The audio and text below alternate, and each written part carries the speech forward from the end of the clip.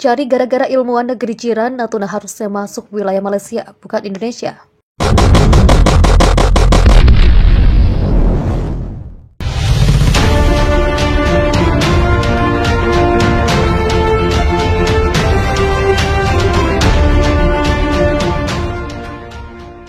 Natuna, wilayah Indonesia yang berhadapan langsung dengan Malaysia dan Singapura, menjadi sorotan ketika sejumlah kapal Cina berlalu lalang di sana. Selain karena sumber daya alam yang berlimpah ruah, Natuna yang terletak di kawasan strategis antara Indonesia dan sejumlah negara ASEAN lainnya bahkan memisahkan semenanjung Malaysia dengan Sabah dan Sarawak. Natuna memiliki luas wilayah daratan dan lautan mencapai 264.198,37 km persegi. Berbagai komoditas laut menjadi kekayaan alam Natuna yang merupakan bagian dari Indonesia. Natuna memiliki luas laut mencapai 99% dari total luas wilayahnya. Natuna awalnya terkenal sebagai wilayah Pulau Tujuh, yang merupakan gabungan dari 7 kecamatan kepulauan yang tersebar di perairan Laut Cina Selatan, yaitu Jemaja, Sianta, Midai, Bunguran Barat, Bunguran Timur, Sesaran, dan Tembelan. 6 kecamatan kecuali Tembelan nantinya menjadi cikal bakal wilayah Kabupaten Natuna.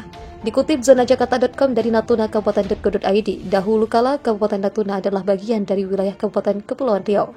Berdasarkan Surat Keputusan Delegasi Republik Indonesia Nomor 9, tanggal 18 Mei 1956, Provinsi Sumatera Tengah menggabungkan diri ke dalam Republik Indonesia dan Kepulauan Riau diberi status daerah otonom tingkat 2, yang dikepalai oleh Bupati sebagai kepala daerah dan membawahi 4 kewedanan. Salah satunya kewedanan Pulau Tujuh meliputi wilayah Kecamatan Jemaja, Siantan, Midai, Bunguran Barat, Bunguran Timur, Serasan, dan Tambelan yang kini jadi Natuna.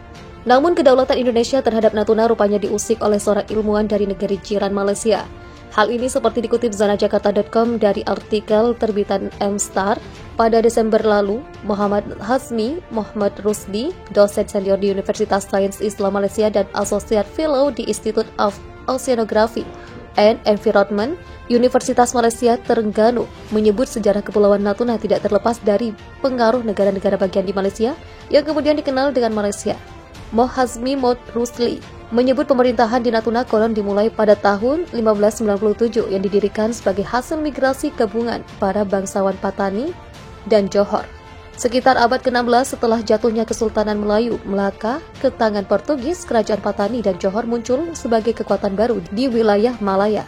Kekuasaan dan pengaruh Kesultanan Patani dikatakan lebih terkonsentrasi di wilayah utara termasuk negara bagian Terengganu, Kelantan, Menara, dan Jala sebelum dijajah oleh Siam pada abad ke-18. Sedangkan Kesultanan Johor menguasai wilayah selatan yang terdiri dari negara bagian Pahang, sebagian pantai timur Sumatera, dan Kepulauan Riau.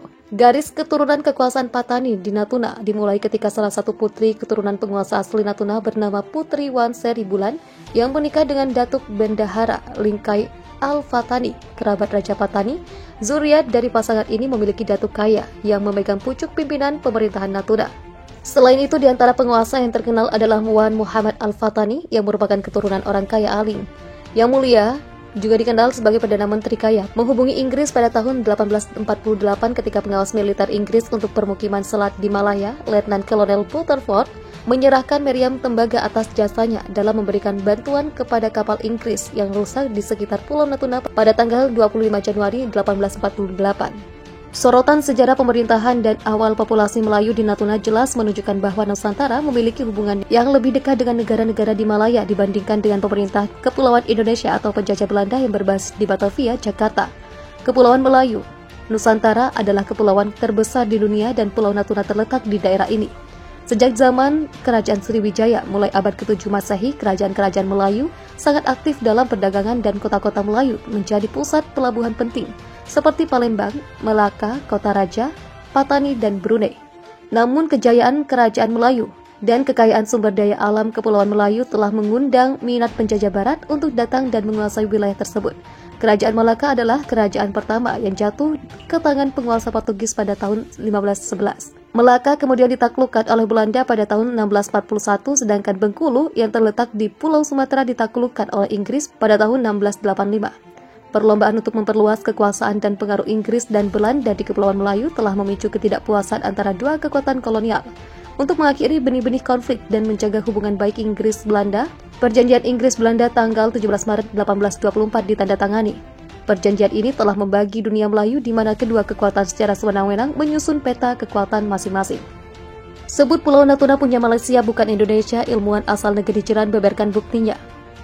Laut Natuna masih menjadi sengketa di antara banyak negara tetangga termasuk China dan Malaysia. Masih panas dengan China soal kepemilikan wilayah di Laut Natuna Utara, ilmuwan asal Malaysia tiba-tiba buat pengakuan yang bikin geleng-geleng kepala.